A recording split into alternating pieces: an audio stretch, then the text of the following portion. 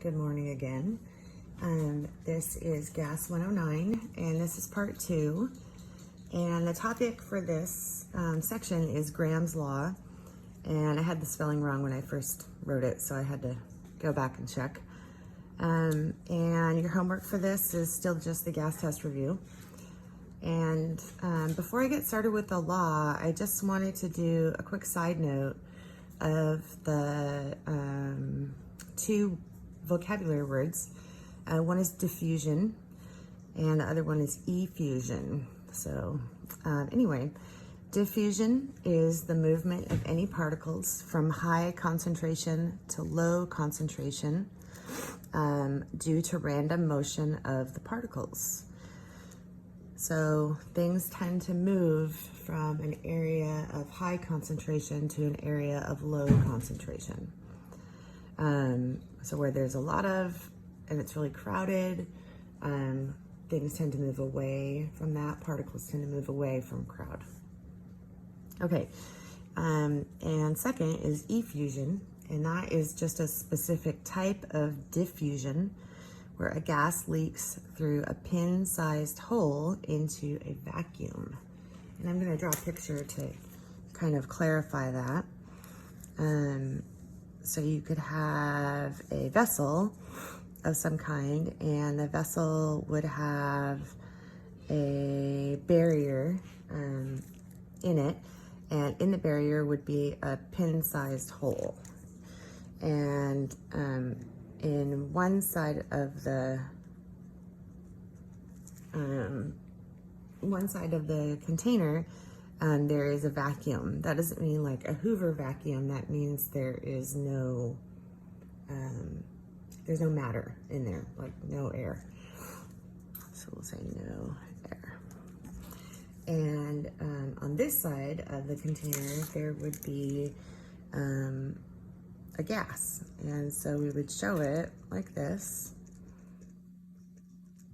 And due to random motion of these gas particles, every once in a while, one particle at a time would fit through, might run into this hole and escape.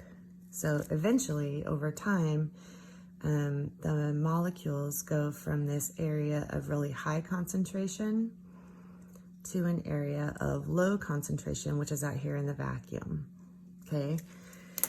So what you want to remember about this is that the gas sort of leaks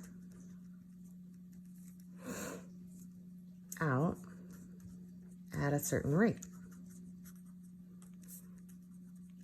And that could be in moles per second, moles per minute, depending on, what the experimenter is interested in. And we would call that the rate is equal to R. Okay, so one thing that you want to remember with Graham's Law is that smaller gases effuse faster than larger gases.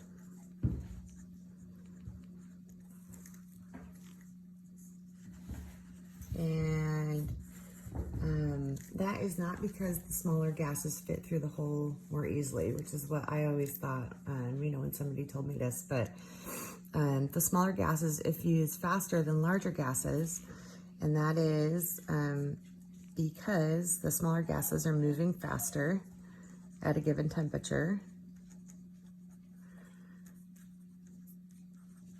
So therefore, they just hit the hole more often. So they tend to effuse faster. So Graham's Law relates the rate at which something effuses to its molar mass. And it does it comparatively. So Graham's Law says that the rate of gas 1, whatever gas you're talking about, we're doing this as a comparison, the rate of gas 1 compared to the rate of gas 2's effusion is equal to the square root, the square root of the inverse of those molar masses. So M2 over M1. So let me just go through and clarify. This would be the molar mass of gas 1. Gas 2, whatever gas it is that we're talking about. And this is the molar mass of gas 1. This is the rate of effusion of gas 1. And this is the rate of effusion of gas 2. Now, what we want to remember is that this is a comparative thing, so it's often used like to answer questions like gas A effuses at 1.5 times the rate of gas B. And we want to know what's the molar mass of gas A. So let me just set you up with an example problem here. We're going to say that unknown gas A effuses at 1.5 times the rate of oxygen. And we want to know what is the molar mass of gas A.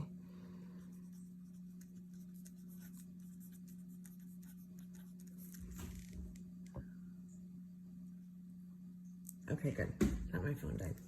Okay, so we want to just go through and identify who is what. So we could let gas 1 be O2 and gas 2 be A. So R1 is the rate of oxygen's effusion, and R2 is the rate of A's effusion. And we know M1 is equal to 31.998 grams per mole, and M2 is our question mark, right? So it's always a good idea just to go through and set your variables so you know what's what, otherwise it can get confusing. So what we're told in the problem is that gas A effuses at 1.5 times the rate of O2. So we could say that R2 is equal to 1.5 times R1. So it's kind of like a systems thing in math where you define one variable in terms of the other. So we could make a statement, therefore, if we know R1 over R2 equals the square root of M2 over M1, then we can substitute this whole thing in for R2, and then we have a couple of variables that we can cancel, which is good. I like to cancel variables. So we're going to say, therefore, R1 over 1.5 R1 is equal to the square root of 31.998 over M2.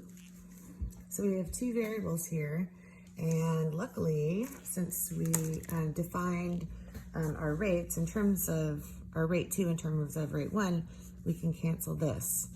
So I'm going to come down here, start this back over. We have 1 over 1.5 equals the square root of 31.998 over M2. So now we've got to do a little bit of baby algebra and isolate that variable at the bottom.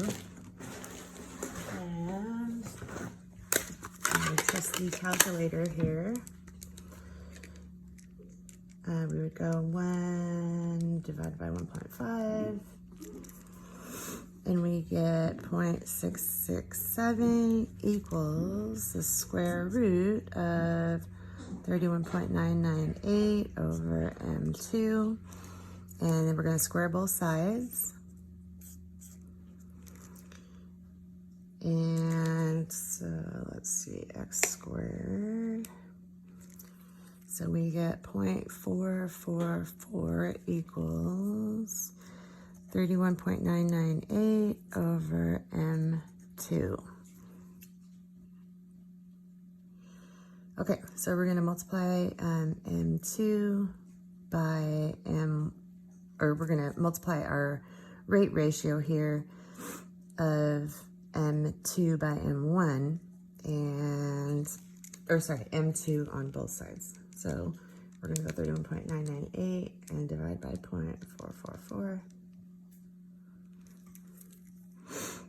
And we get M2 is equal to 72.01 grams per mole. And that's it. Thanks, guys.